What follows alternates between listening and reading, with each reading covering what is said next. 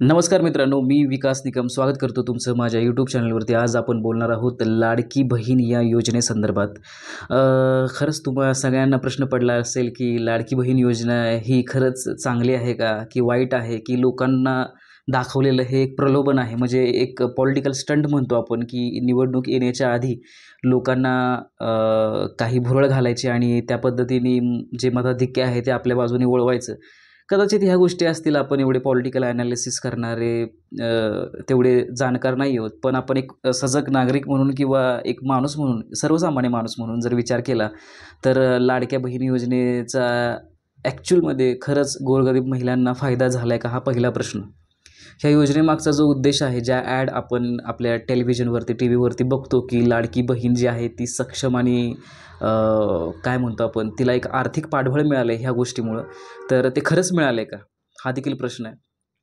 आज आपण बघतोय की महागाई हा आपला जीव खाते. म्हणजे महागाईने उच्चांक गाठलेला आहे. सर्वसामान्यांना दैनंदिन जीवनामध्ये जगण्यासाठी जी धावपळ आणि दगदग करायला लागते ती काही औरच आहे. तर हे जे ₹1,500 आहेत, हे ₹1,500 खरंच आपल्याला महिनाभरासाठी पुरतील का? हा देखील प्रश्न आहे. आणि हे किती दिवस चालायचं? म्हणजे फक्त ₹1,500 पुढचं आयुष्य माणूस कसं काढू शकेल? पण इथे एक महत्त्वाची गोष्ट आपल्याला नमूद करावीशी वाटते मला इथं. ती म्हणजे की लाडक्या बहीण योजनेच्या माध्यमातून ज्या गोरगरीब सर्वसामान्य महिला आहेत, त्यांना ॲक्चुअलमध्ये फायदा झाला आहे. कारण जेव्हा आपण बँकांमध्ये जातो, त्या बँकांमध्ये लोअर मिडल क्लास किंवा त्यापेक्षाही गरीब असलेल्या सर्वसामान्य घरातल्या अडाणी, अ, किंवा ज्यांना काहीच समजत नाही किंवा ज्यांना माहीतच नाही आहे की काय करायचं आहे, अशा महिला देखील आपल्याला तिथं दिसतात. आणि त्या बँकांमध्ये पैसे काढण्याची जी हुंबड किंवा झुंबड म्हणतो आपण, ती उडाली आहे, ती काही औरच आहे. तर मी जेव्हा बँकमध्ये गेलो तेव्हा बघितलं की लाईन एवढ्या आहेत, प्रचंड आहेत लाईन, की लोकं पैसे काढायसाठी अक्षरशः तासनतास रांगेमध्ये उभं राहतात. त्यांच्या आयुष्यातला तो खूप अमूल्य वेळ त्या रांगेमध्ये घालवत आहेत.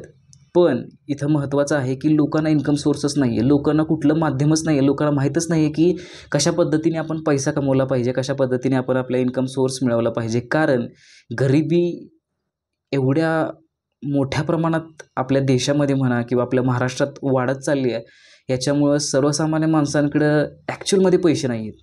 आता हा जो काही उठाठेव जी आहे आपल्या गव्हर्नमेंटने केलेली आहे सर्वसामान्य महिलांना ₹1,500 देऊन, तर ती ॲक्चुअली आपण किती जरी गव्हर्नमेंटला क्रिटिसाइज केलं बाकीच्या गोष्टींमध्ये, तर ह्या गोष्टी मान्यच करायला लागतील की त्या 1,500मुळं ॲक्चुअलमध्ये खरंच ज्या महिलांकडे त्यांच्या नवऱ्यांना त्यांना पैसे मागायला लागायचे किंवा त्या नवऱ्याकडेही पैसे नसायचे आपल्या बायकोला हक्काच्या द्यायसाठी. पण त्या महिलांना आज काय का असेना, पण थोडाफार तरी हातभार आणि आधार ह्या गोष्टीमुळे लागलेला आहे. आणि जर मताधिक्य बदलण्याचा जर आपण विचार केला तर सांगू शकत नाही की ह्या गोष्टी ज्या आहेत, ह्या गोष्टी भावनेशी जोडल्या गेलेल्या आहेत. आणि हा मास्टरपीस म्हणावा लागेल गव्हर्नमेंटचा आणि हे अप्रिशिएट करावं लागेल की ही जी कल्पना ज्या कोणी गव्हर्नमेंटला सांगितली असेल किंवा केली असेल, म्हणजे अशा कल्याणकारी योजना लोकांपर्यंत पोचल्या पाहिजेत. फक्त फरक हाच आहे की निवडणुकीच्या आधी त्या पोचल्यावरती लोकांना संभ्रम निर्माण होतो की नक्की ह्याच्यामागे हेतू काय आहे? हेतू काहीही असो, म्हणजे मला तर एक सर्वसामान्य नागरिक म्हणून वाटतं, मी ज्या गोरगरीब महिलांशी बोललो, की त्या म्हणल्या आम्हाला काय पडलेलं नाही आहे की हे ते काय करणार आहेत, काय नाही. पण आम्हाला ह्या 1,500मुळं आमचा महिना सुखकर जातोय. आमच्या गरजा कमी आहेत, पण हे ₹1,500 आमच्यासाठी खूप जास्त आहेत. खूप जास्त आहेत. विचार करा मंडळी, काही लोकं ही बारमध्ये ₹1.5 लाख उडवतात. काही-काही लोकं 1.5 हजार उडवत असतील, पण काही लोकांचं 1,500 मध्ये देखील अजून देखील घर चालतं. हाच फरक आहे पैशाच्या नियोजनाचा. तर अशा पद्धतीने मला व्यक्त व्हावंसं वाटलं आणि माझ्या तरी मनामध्ये एक सकारात्मक भावना आहे, की ह्या लाडक्या बहीण योजनेमुळं बऱ्याच खरंच ज्यांना म्हणजे गरज आहे, त्या महिलांपर्यंत हा पैसा म्हणजे डायरेक्ट बँकमध्ये त्यांच्या ट्रान्सफर होऊन कुठल्याही प्रकारचं भ्रष्टाचार न होता तो जर त्यांना मिळाला, तर ह्याच्यामुळं अगदीच त्यांना नक्कीच फायदा झाला असं मला तरी जेन्युइनली वाटतं. बाकीच्या गोष्टी पॉलिटिकल ॲनालिसिस वगैरे एवढा मला असं वाटतं की त्या गोष्टी जाणकारांनीच कराव्या. पण ग्राउंड लेवलला ही रिॲलिटी आहे, की लोकांना खरंच त्याच्यामुळं थोडासा हातभार लागला आहे आणि गव्हर्नमेंटने ह्या गोष्टीवरती देखील थोडासा भर द्यावा, की बेरोजगारी कशी कमी करता येईल किंवा जी अ, काय म्हणतो आपण महागाई उच्चांक गाठून लोकांचं जीणं हराम करते. म्हणजे नोकरदार वर्गाला देखील सरतेशेवटी पेचेक टू पेचेक अशी त्याची अवस्था झालेली आहे, की ह्या पगारापासून त्या पगारापर्यंत फक्त सर्व्हायव्हल करायला लागतंय. त्यांनी कुठलीही नवीन गोष्ट त्याच्या आयुष्यामध्ये घेतली, की त्याचं जे बजेट आहे ते कोलमडतंय आणि तो ढासळतोय.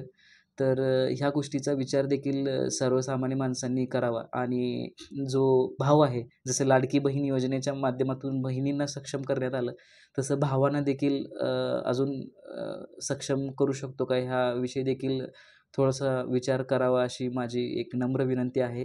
जेणेकरून जो पुरुष आहे, जो भाव आहे, जो मुलगा आहे, प्रत्येक घरामध्ये असतो. तर मुलगी बाहेर पडून जॉब तिने केला नाही तरी चालतो. पण जर भाऊ बाहेर गेला नाही, पडला नाही, त्याने घराला हातभार लावला नाही, तर त्याच्यावरती एक मानसिक दबाव समाजाचा असू द्या, कुटुंबाचा असू द्या, तो एक वेगळ्या पद्धतीने पडतो आणि त्याला त्या गोष्टींना सामोरं जावं लागतं. खूप अवस्था आत्ता सध्या आर्थिकदृष्ट्या तरी सर्वसामान्य माणसांची बिकट आहे.